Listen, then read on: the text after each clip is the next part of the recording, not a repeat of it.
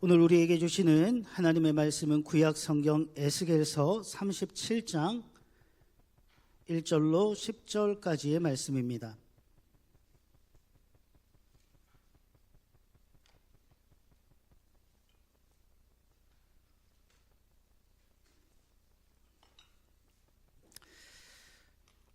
구약 1209면에 있는 에스겔서 37장 1절로 10절까지의 말씀을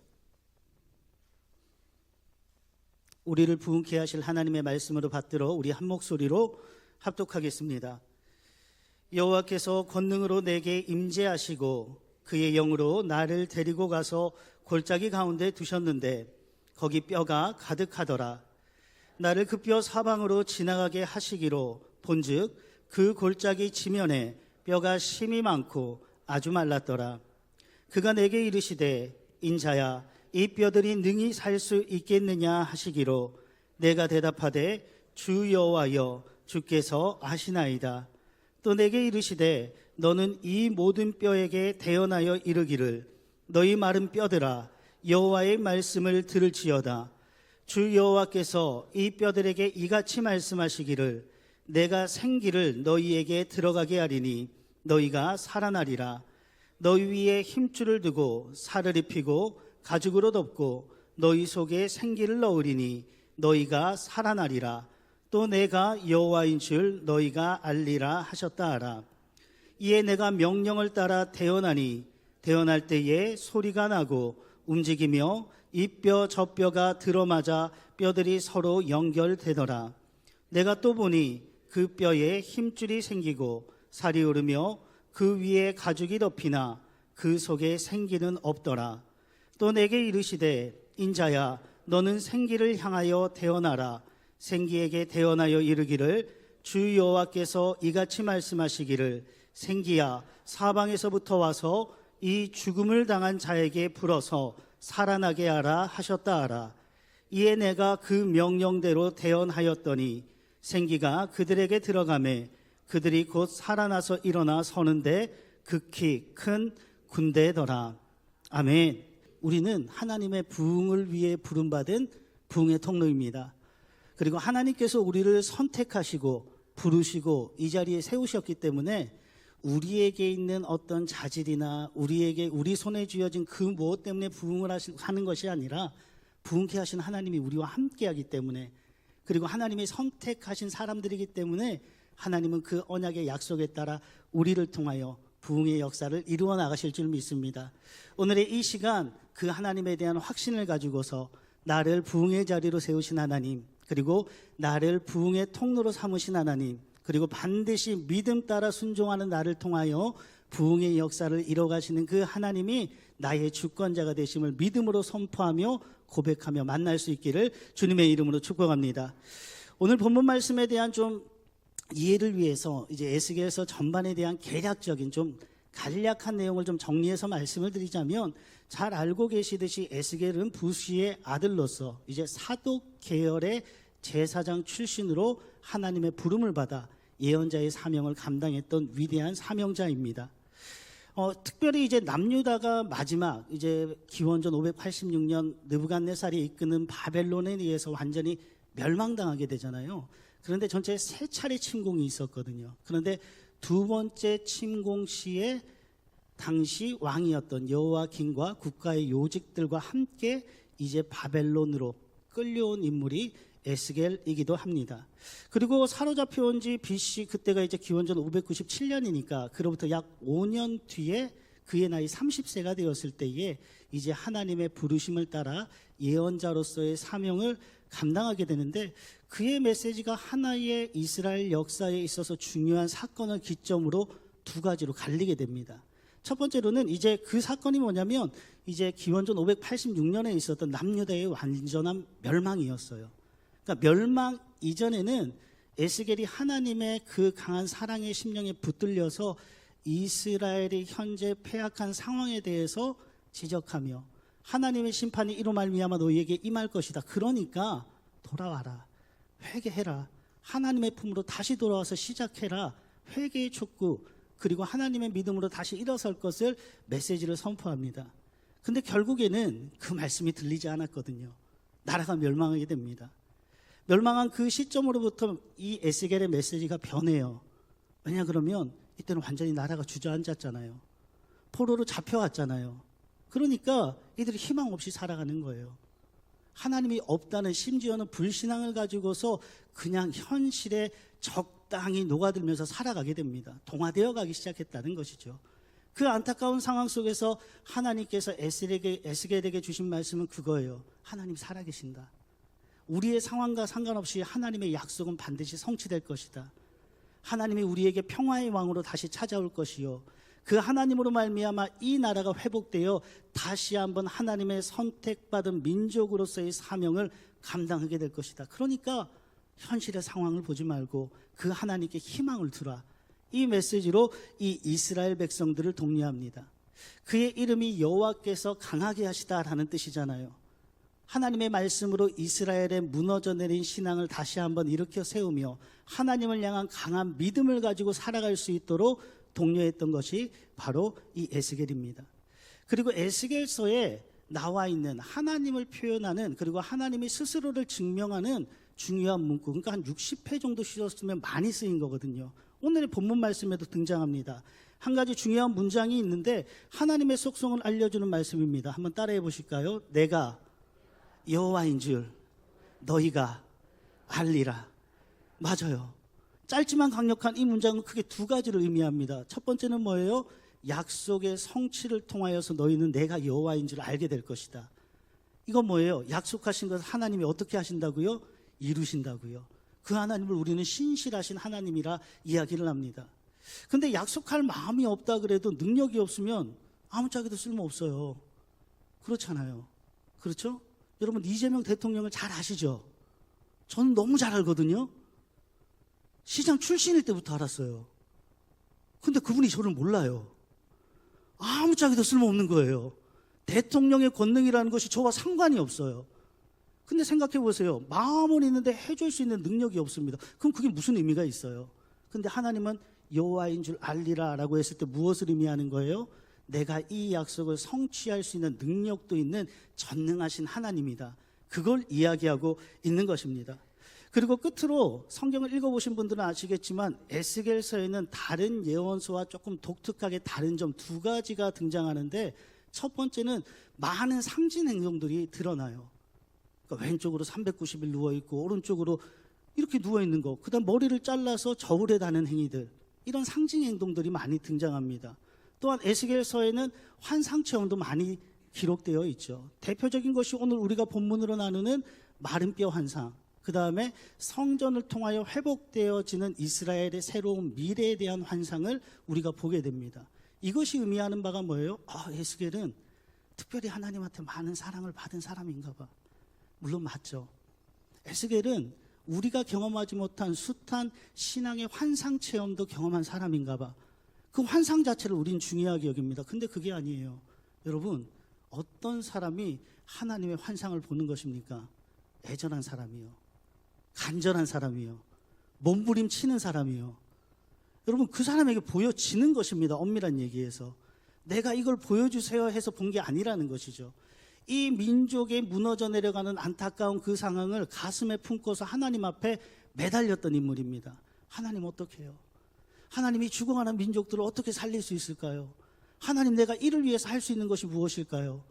여러분, 그 애절한 마음 가운데에 하나님께서 그에게 보여주셨고, 이렇게 메시지를 전해야 한다라고 했을 때, 여러분, 말도 안 되는 그 상징 행동들을 통하여서도 몸부림치며 이스라엘 백성들에게 하나님의 희망의 메시지를 최선을 다해 전하고자 했던 인물이 바로 에스겔이라는 것이지요. 이러한 개략적인 내용을 바탕으로 오늘 우리가 함께 나눈 이 마른 뼈의 환상을 통해 우리에게 부흥을 향하여 일어나라 말씀하시는 하나님의 그 사랑의 메시지에 여러분 귀 기울이시기 바랍니다. 그렇다면 나와 우리를 통해 반드시 성취될 하나님의 부흥을 향해 우리가 함께 일어서기 위해 어떻게 해야 될까요? 먼저 1절과 2절 말씀을 우리 다시 한번 합독하겠습니다. 함께 읽습니다. 여호와께서 권능으로 내게 임재하시고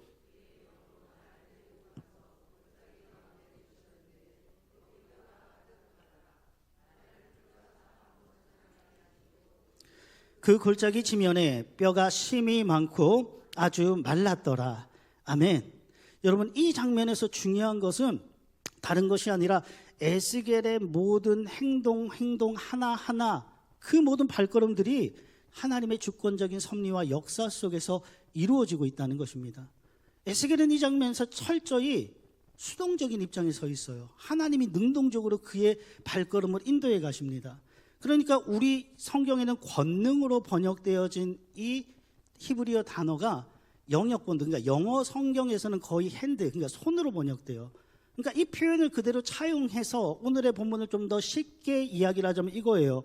여호와의 강한 손이 에스겔을 붙드셨고, 그 손에 강한 붙드신 가운데 그가 지금 서 있는 자리로부터 하나님이 보여주시는 그 자리를 향해 나아가게 되었으며, 그리고 결국 죽음의 골짜기까지 그 강한 손이 인도하셨다라는 뜻입니다. 그리고 여호와의 강한 손이 그를 이끄신 그곳에서 그는 그곳에 수많은 뼈들이 무수히 쌓여 있다는 것을 이제 지나가는 과정 가운데에 보게 되었고, 그것이 아주 말라 있었다, 즉 완전한 죽음의 상태에 있었다는 것을 상세하게 관찰할 수 있었다는 것이지요.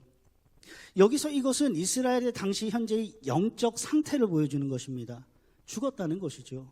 그리고 그 뼈가 완전히 말랐다라고 하는 것은 이미 죽은 지 오래되었기 때문에 다시 살아날 희망이 없다는 것을 단적으로 보여주는 것입니다. 이 상황이 참 재밌죠. 하나님의 손에 이끌려 하나님의 부흥을 향해 부름받은 사람이 서 있는 자리가 여러분 좀 괜찮은 자리여야 되지 않을까요? 좀 뭔가 기대해 볼 만한 자리여야 되지 않겠습니까? 근데 에스겔이 서 있는 자리는 죽음의 그 한가운데 서 있다는 것이죠. 희망이란 단어조차 사치처럼 여겨지는 그 상황 가운데 에스겔이 마치 혼자 버려진 것처럼 그 현장의 중심에 서 있다는 것입니다. 원하는 상황은 아니지만 여러분, 그런데 우리가 병원을 가야 되는 경우가 있잖아요. 병원에 가서 우리가 보통 갈 때는 왜 가는 거예요? 의사가 잘생겨서 가는 거예요? 아니에요. 내가 아프니까 간 거예요. 아프니까 어디가 아픈지 제대로 전문가에게 진단을 받고, 진단을 받은 이후에 상황에 따라 처방을 받아서 내 몸이 다시 건강한 상태로 회복되어 건강한 일상을 회복되기 위해 병원을 가는 것이라고요. 근데 여러분, 치료가 어디서부터 시작되는 줄 아십니까? 내가 환자라는 걸 인정하는 그 순간부터 시작할 수 있는 거예요. 몸은 아파 죽겠는데 내가 환자가 아니야, 난 아프지 않아요, 이 돌팔이 의사야, 그러는 그 순간 여러분, 치료는 물 건너 간 거예요. 어디서부터 시작이 돼요? 내 몸 상태를 정확하게 진단할 수 있는 의사 앞에 서서 현재 내 몸 상태에 대해서 확실하게 정확하게 직시하며 내가 환자라는 것을 인정하는 그 순간부터 치유와 회복의 은혜가 시작될 수 있는 것이라고요. 여러분, 여기에 부흥의 첫 번째, 우리가 부흥을 향해 나아갈 수 있는 첫 번째 신비가 바로 여기에 담겨 있습니다. 따라해 보실까요? 하나님이 부르신 그 자리에 서 있어야 됩니다. 맞습니다. 여러분, 하나님이 부르신 그 자리에 서 있어야 됩니다. 근데 그 자리가 시시때때로 내 마음 같지 않아요. 내 뜻 같지 않고요. 그리고 내 계획대로 일이 진행되는 것도 아니에요.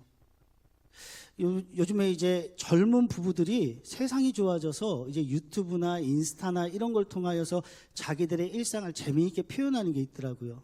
근데 그 중에 이제 신혼부부가 이런저런 얘기를 하면서 아내가 물어요. 뭐냐면, 여보, 결혼한 지가 진짜 얼마 안 됐거든요. 근데 그 남편한테 묻습니다. 여보, 내가 제일 이쁠 때가 언제야? 그러니까 남편이 그래요. 당신이 자고 있을 때. 그때가 제일 이쁘대요. 눈 감고 아무 말 안 하고 있을 때. 여러분, 신혼부부도 그래요. 그 상황이 마음에 안 드는 순간도 있다는 거죠. 그런데 서로 다른 성향, 서로 다른 사고, 지금까지 살아온 삶의 배경이 다른 우리가 이 자리에 모였습니다. 한번 묻죠. 셀장님들은 가슴으로만 대답하세요. 대표로 묻겠습니다. 셀원들이 다 마음에 들어요? 고개를 흔들지 마시라니까. 감리교회 11계명은 따라해 보시죠. 들키지 말라. 들키지 마셔요. 들키면 안 돼. 마음에 담아 주십시오. 내 맘 같지 않다니까요. 이건 더더욱이 티를 내시면 안 됩니다. 함께 거주하시는 만화님이 내 마음에 100% 드세요? 눈을, 고개를 떨구시면 안 된다니까. 그럼 한 입을 덮고 사시는 남편분이 365일 다 내 마음에 들어요? 내 배 아파 낳은 내 자식은 어때요? 아니에요. 때로는 내가 원하지 않는 상황, 내 마음이 무너지는 듯한 그 현장의 중심에 내가 서 있는 상황이 있다는 것이죠. 그런데 여러분, 그곳이 하나님이 나를 부르신 자리입니다. 그곳에서부터 하나님은 나와 함께 하나님의 새로운 부흥을 세워나가기를 원하십니다. 우리는 상황을 보지만 기억해야 될 것이 있습니다. 에스겔이 여기 지금 혼자 있는 거예요? 아니에요. 에스겔이 자기가 가고 싶어서 간 자리예요? 더더욱 아니에요. 누가 함께 하시는 자리입니까? 하나님이 함께 하시는 자리잖아요. 누가 인도하신 자리예요? 하나님이 함께 하시는 자리라고요. 그럼 하나님이 보여주신 이유가 있겠죠. 하나님이 내 마음을 뜨겁게 하신 이유가 있겠죠. 그 뜨거운 하나님의 심정을 가지고 이 자리에 나를 세우신 하나님의 분명한 목적이 있겠죠. 여러분, 거기에서부터 우리의 부흥은 시작되는 것입니다. 그러한 만큼 여러분의 서 있는 그 자리가 잘못된 자리가 아니에요. 하나님이 함께 하시는 자리라고요. 하나님이 함께 하심으로 말미암아 하나님의 부흥이 성취될 수밖에 없는 새로운 부흥의 자리임을 기억하시기 바랍니다. 그러한 의미에서 여러분 감사드리세요. 하나님, 다 이해할 수는 없지만, 그리고 이 모든 상황을 내 작은 인생의 경험으로 다 해석할 수도 없지만 분명한 것은 하나님이 나를 세우셨다는 것입니다. 그리고 그 부흥의 하나님이 오늘도 나와 함께 하신다는 사실입니다. 그 사실을 믿음으로 내가 이 자리에 서게 하여 주시옵소서. 이 자리에 서서 하나님의 얼굴을 구하며 하나님 앞에 이 애타는 심정으로 현실의 상황을 하나님의 손에 올려드릴 수 있는 그 진실한 사랑과 믿음을 나에게 부어주시옵소서. 그 마음으로 하나님이 부르신 자리에 서는 것, 거기에서부터 하나님께서 약속하신 새로운 부흥의 역사가 시작될 줄 믿습니다. 그 은혜가 우리 모두에게 함께하기를 주님의 이름으로 축복합니다. 어느 목사님을 통해서 제가 들은 이야기인데요. 진짜 이런 일이 있었다라고 생각하지는 않습니다. 그냥 설교의 예화의 하나로서 그냥 이해를 해주시면 좋을 것 같습니다. 이제 한 선교사님이 이제 시골 교회에 이제 청빙을 받아서 이제 가게 되었다는 겁니다. 그래서 시골 교회를 향해 차를 타고 가고 있는데 지나가는 길에 한 할머니가 이렇게 보침을 쥐고서 무겁게 이렇게, 예전 어르신들은 정말 신기하게 기인처럼 자기 몸보다 큰 보침을 머리에 이고 다니셨잖아요. 그걸 쥐고 가니까 보는 입장에서 너무 안타까운 거예요. 그리고 물어보니까 가는 목적지도 같았어요. 그래서 할머니, 제가 모셔다 드릴게요. 차에 타세요. 그리고 차에 뒷자리에 태워드렸대요. 근데 뒷자리를 타고 가는데 할머니가 짐을 안 내려놔요. 그래서 할머니한테 얘기를 했대요. 할머니, 옆에 자리 아무도 없으니까 짐을 내려놓으세요. 내려놓고 편하게 가세요. 왜 그 무거운 보침을 쥐고 있는 거예요? 내려놓으세요. 라고 얘기했더니 할머니가 한사코 거절하면서 이렇게 말씀하셨다요. 나 한 사람 타는 것도 미안해 죽겠는데 이 짐까지 내려놓으면 내가 미안해서 어떡하냐고. 그냥 내가 알아서 할 테니까 신경 쓰지 말고 운전하라고. 참 편하게 갈 수 있는 것도 피곤하게 가는 거죠. 시시때때로 우리 인생이 그런 것 같습니다. 맡기면 편한데 내가 다 지려고 해요. 하나님께 맡기면 우리의 인생에 평안의 길을 걸어갈 수 있는데 이것도 내가 지어야 되고, 자녀의 문제도 내가 지어야 되고, 미래의 문제도 내가 지어야 되고, 경제적인 문제도 내가 손에 쥐어야 되고, 이 모든 걸 꽁꽁 싸매고 내가 지고 살아가니까 피곤하고 어려운 인생 살게 되는 것이죠. 그런데 오늘 에스겔은 우리와 전혀 다른 모습으로 하나님 앞에 섭니다. 이 3절 말씀에 보니까 이렇게 나와 있습니다. 우리 다시 한번 3절 말씀을 합독하겠습니다. 그가 내게 이르시되 인자야, 이 뼈들이 능히 살 수 있겠느냐 하시기로. 아멘. 하나님께서 물으세요. 현실을 보여주셨잖아요. 이스라엘의 현재 상태를 보여주셨잖아요. 이미 죽은 거라니까요. 인간의 상식과 경험, 이성으로는 이거 못 살아나는 거예요. 회복 불능입니다. 불가능한 상황이죠. 그런데 그 불가능한 상황에 세워놓으시고 하나님이 불가능한 이야기를 하세요. 뭐라고요? 이 뼈들이 살아날 수 있겠느냐? 희망이 보이느냐? 우리 같으면 어떻게 했을까요? 하나님, 이건 안 돼요. 이건 하나님의 할아버지가 오셔도 안 되는 거예요. 이건 안 돼요. 라고 얘기했을지 모르죠. 상황에 대해서 변명했을 수도 있습니다. 하나님, 나는 하고 싶은데 상황이 안 되네요. 하나님, 내가 진짜 하려고 그랬거든요. 그런데 저 목사가 째려보는 거 보고 제가 마음이 상처가 커요. 그래서 좀 못하겠어요. 뒤로 물러나게 된다는 것이죠. 이유를 대면서. 안 되는 이유는 수만 가지가 될 수 있습니다. 그런데 여러분, 우리가 인생을 살아가면서 될 만한 이유는 딱 하나예요. 하나님 때문입니다. 하나님 때문에 되는 거라고요. 그런데 우리는 시시때때로 하나님이 보여주시는 현장 한가운데서 우리의 경험으로 판단해요. 우리의 경험으로 이미 결론을 내놓은 상태에서 하나님께 기도라는 명목을 껄쩍지근하니까 올려드려요. 그리고 그 상황 가운데서 하나님을 우리의 작은 경험, 인생의 경험을 가지고 제한한다는 것이죠. 그런데 에스겔은 그렇게 하지 않았습니다. 오늘 보니까 여호와의 물음에 에스겔이 이렇게 얘기하는데 내용 이전에 중요한 게 세 가지 열거된 여호와의 이름들이에요. 주, 여호와여, 주께서라고 얘기를 하죠. 이걸 히브리어 원어 성경 그대로 얘기하면 아도나이, 예호와, 아타라는 거예요. 이 불합리한 상황에 대한 주권자로서 에스겔은 자기의 이름을 내세우는 것이 아니라 하나님의 이름을 전면에 내세우고 있다는 것이죠. 하나님, 저는 모르겠습니다. 근데 이거 보여주신 거 하나님이잖아요. 하나님이 보여주셨으니까 하나님이 하실 줄 믿습니다. 좀 더 풀어서 이야기하자면, 하나님, 저는 이 상황에 대해서 온전히 판단할 만큼의 지혜가 없습니다. 설령 제가 하나님과 같이 전지하다 하여 이 모든 상황에 대해 제가 올바른 판단을 내린다 할지라도 저는 이것을 선택할 권한이 저에게는 없습니다. 심지어 저에게는 이 상황을 역전시킬 만한 능력 또한 없습니다. 하나님 아시죠? 저는 하나님이 보여주신 상황에서 하나님이 지금 내게 허락하신 그 말씀에 믿음과 사랑으로 순종할 따름입니다. 이 상황을 하나님께 맡기는 것이 저의 최선이오니 하나님, 저의 최선을 받아주시옵소서. 에스겔은 그 얘기를 한 거라고요. 여러분, 우리가 바로 그런 것입니다. 영상을 보여드린 이유가 그래요. 정말 성실하고 열심을 다해 2026년도 지금까지 힘차게 뛰어오셨죠? 맞아요. 하는 가운데 제가 성도님들의 눈을 보면 과부 마음은 호래비가 한다고 알아요. 뭘 자꾸 이렇게 하라 그러는 건지, 이때 얘기하는 게 맞는 건지, 그치? 조용히 얘기하는 건 우리끼리 알아듣고 끝내자는 뜻이에요. 근데 힘들잖아요. 그 좀 버겁고 힘들고, 교회를 옮겨야 되나 되게 심각한 갈등 상황 속에서 그 달려왔다고요. 맞아요. 판단할 수도 있죠. 재단할 수도 있죠. 근데 중요한 건 뭐예요? 그 모든 생각들을 뒤로 하고 우리가 하나님의 말씀 앞에 서 봤다는 겁니다. 순종했다는 거죠. 여러분, 그것이 우리가 할 수 있는 최선의 상황입니다. 부흥은 하나님이 하시는 거예요. 우리가 할 수 있는 것이 아닙니다.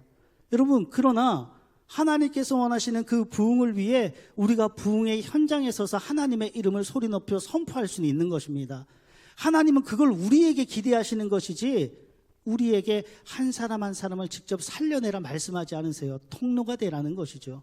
그 믿음으로 우린 고난주간, 길게는 사순절 새벽기도회를 함께 했고, 고난주간 동안 십자가 부흥의 여정을 함께 걸어왔으며, 또한 정교인 전도의 자리에도 힘써 참여했다는 것입니다. 여러분, 그 모든 상황을 하나님이 알고 계십니다. 그리고 상황에 따라서는 그게 내 상황에서는 안 되는 일이었지만 그럼에도 불구하고 하나님의 말씀에 아멘으로 순종한 여러분, 한 사람 한 사람을 통해서 하나님은 부흥의 역사를 이뤄나갈 것입니다. 그러니까 잘한 거예요. 여러분, 우리가 하나님을 향해서 신앙 고백으로 나설 수 있는, 내세울 수 있는 건 하나입니다. 하나님, 내 생각은 이러한데 내려놓겠습니다. 맡깁니다. 주님의 온전함을 기대하며 주님께서 성취할 미래를 기대하며 나아가겠습니다. 그 순종의 마음으로 우리가 설 때에 하나님께서 여러분 한 사람 한 사람의 아름다운 순종의 역사를 바라보시사 그것을 통하여서 하나님의 부흥을, 그리고 우리를 통해 역사하실 하나님의 위대한 승리를 보여주실 줄 믿습니다. 그 은혜가 오늘 우리에게 함께하기를 간절히 소원합니다. 끝으로 이렇게 위대하고 아름다운 신앙의 고백으로 하나님께 자신의 전부를 내어 맡긴 이 에스겔을 향하여 하나님이 마지막으로 그에게 이번에는 질문이 아니라 사명을 맡기시는데, 우리 7절로부터 10절까지의 말씀을 다시 한번 합독하겠습니다. 함께 읽습니다. 이에 내가 명령을 따라 대언하니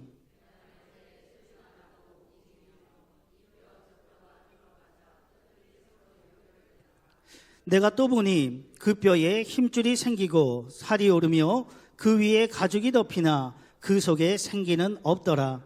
또 내게 이르시되 인자야, 너는 생기를 향하여 대언하라. 생기에게 대언하여 이르기를 주 여호와께서 이같이 말씀하시기를 생기야, 사방에서부터 와서 이 죽음을 당한 자에게 불어서 살아나게 하라 하셨다 하라. 이에 내가 그 명령대로 대언하였더니 생기가 그들에게 들어가매 그들이 곧 살아나서 일어나 서는데 극히 큰 군대더라. 아멘. 여러분, 이 짧은 말씀을 통하여 계속해서 반복해서 등장하는 하나의 단어가 뭡니까? 대언이에요. 여러분, 예언의 참된 의미가 바로 이겁니다. 예언은 딴 게 아니에요. 하나님의 말씀을 가감없이, 대가 없이, 편견 없이 선포하는 것입니다. 대언이 뭐예요? 대신 전하는 것입니다. 그게 예언자라고요. 오늘의 이 말씀을 통하여 우리가 하나님의 부흥을 살아갈 수 있는, 하나님의 부흥의 세대로 다시 일어설 수 있는 것이 바로 이것입니다. 여러분의 입술의 고백이 바뀌어야 됩니다. 민수기서에 그렇게 나와 있죠. 내 귀에, 너희 말이 내 귀에 들린 대로 내가 그대로 행하리라. 여러분, 그렇다면 하나님의 부흥을 우리가 선포해야죠. 노래해야죠. 이 말도 안 되는 상황 가운데에서 에스겔은 아름다운 신앙 고백으로 하나님께 모든 것을 맡기지 않았습니까? 나는 할 수 없습니다. 이건 주님이 하셔야 됩니다. 그 순간 그 마음이 하나님과 일치가 되었을 때 비로소 그에게 사명이 맡겨지는데, 하나님은 다른 것 얘기하지 않으셨어요. 대언하라는 것입니다. 누구의 말씀을? 하나님의 말씀을. 여러분, 이게 상당히 중요합니다. 여러분이 서 있는 그 자리가 하나님이 없다면 절망이라 이야기할 수 있겠죠. 그러나 그 절망적인 상황 가운데에서도 우리가 희망을 노래할 수 있는 건 승리의 하나님이 오늘도 내 손을 붙들고 계시기 때문입니다.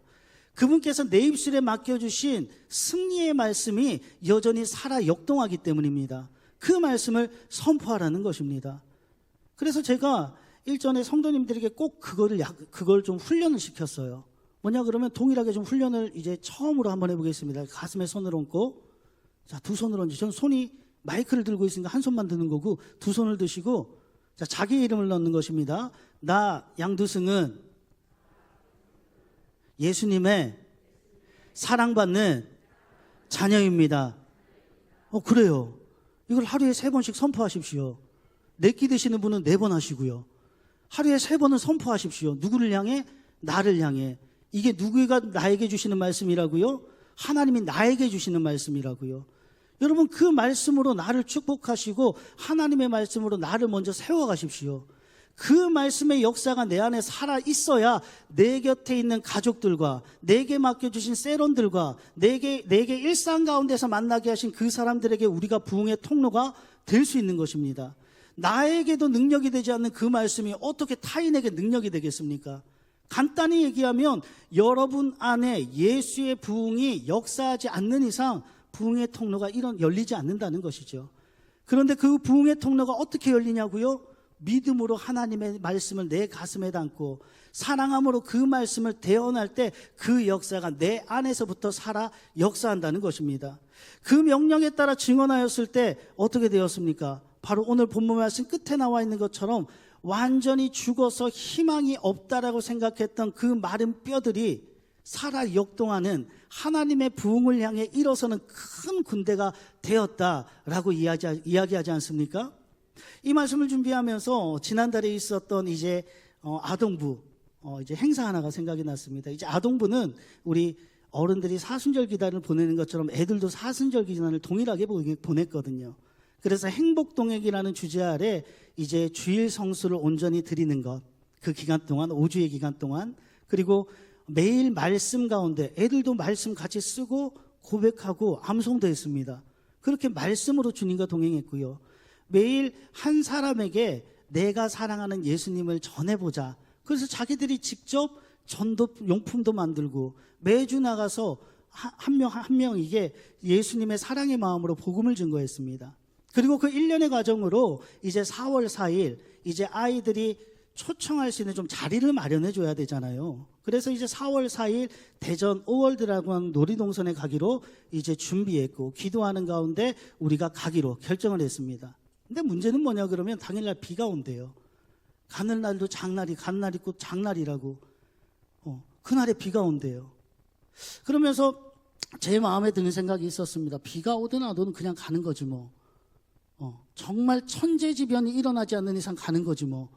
그 마음을 가지고서 하나님 앞에 서 있는데 걱정스러운 마음에 애들의 안전과 준비하시는 선생님들을 걱정하는 마음에서 조금 저기서 이제 우리 안에 바운더리는 아니고 저기 밖에서 이제 스피커가 들려오더라고요. 비가 오는데 날짜를 좀 바꿔야 되는 거 아니야? 애들 안전을 생각해서라도 선생님들을 좀 준비하시는 선생님들을 배려해서라도 날짜를 좀 바꿔야 되는 거 아니야? 그래서 우리 선생님들이 흔들리지는 않겠지만 그러나 담당하는 교육자로서 그 중심을 좀 붙들어줘야 되겠다라는 마음을 가지고서 선생님들을 불러 모았습니다. 그래 같이 얘기를 했어요. 이런 우려의 소리가 들리는데 저는 그렇게 생각합니다. 이 계획을 우리가 하나님의 손에 봉헌해 드린 순간 이 시간은 더 이상 저희의 시간이 아닙니다. 이건 하나님 시간입니다. 그러한 만큼 하나님께서 이 시간을 책임지실 줄 믿습니다. 비가 오는 상황 가운데서도 비를 맞으며 우리가 그 말씀에 순종할 때 하나님이 우려 섞인 목소리보다 더 큰 은혜와 사랑으로 우리 가운데 함께 하시고 특별히 우리에게 주시고 싶은 선물이 있으시기 때문에 이와 같은 상황을 저는 허락하신 것이라고 믿습니다. 이거 어떻게 할까요? 제가 괜히 얘기했더라고요. 선생님들은 다른 생각 없어요. 그냥 가는 걸로 다 이미 결정 난 거예요. 그냥 갔습니다. 근데 정말 놀라운 일이 뭔지 아세요? 당일날 이제 버스를 대절하고 버스를 타러 가는데 진짜 놀랍게도 비가 와요. 오더라고요. 보슬비가 계속 와요. 그래서 버스에 비 맞으면서 탔습니다. 그리고 점심을 먹었거든요. 그리고 계획된 순서에 따라 사파리를 먼저 갔어요. 비가 잘 와요. 근데 놀라운 건 애들이 한 명도 비가 온다는 얘기를 한 애가 없어요. 신났어요. 설렜고요. 사파리가 야 너랑 똑같은 사자 저기 앉아있다 막 이러면서 지들끼리 되게 신나게 놀아요. 근데 놀라운 일이 있었어요. 나오니까 비가 그쳤어요. 사파리 딱 끝나니까. 그리고 하나님께서 보너스로 너무 더우면 이것도 놀면서 짜증나잖아요. 구름까지 주셨어요. 그리고 더욱 감사한 것은 그날 제가 물어봤거든요. 들어오기 전에. 여기 오늘 어때요? 사람들 좀 많이 올까요? 물어봤더니 오늘 비가 온다 그래서 많은 팀들이 취소했대요. 그 말인즉슨 뭐예요? 우리가 전세 낸 거예요. 애들이 언더 친구는요 바이킹만 18번 탔어요. 사람이 많았으면 18번을 탈 수 있는 희망조차 없었다고요. 마음껏 놀다 왔어요. 맞아요. 하나님의 말씀에 상황 보지 않고 그 말씀을 선포하며 믿음으로 순종하였더니 나머지 상황은 하나님이 다 열어가신 거예요. 여러분 우리의 인생도 마찬가지입니다. 하나님의 말씀을 믿음으로 대언했다면 대언한 그 말씀이 나를 통해 온전히 성취될 것을 또한 믿음으로 그 자리에서 순종하며 살아가는 것입니다. 살아갈 때 그 대언한 말씀에 따라 내가 중심을 붙들고 흔들리지 않으며 그 상황을 당당히 걸어갈 때 하나님께서 우리의 미래를 열어주시며 특별히 우리에게 허락하신 2066년 복된 말씀에 따라 우리 각 사람을 우리의 교회를 축복의 통로요 부흥의 통로로 삼으실 줄 믿습니다. 오늘 그 하나님이 우리와 함께 하십니다. 그 하나님을 향해 함께 일어나는 우리 모두가 되기를 간절히 소원합니다. 그 하나님과 함께 새로운 부흥의 역사를 써내려가는 우리 시온의 모든 가족들 되시기를 주님의 이름으로 간절히 축복합니다.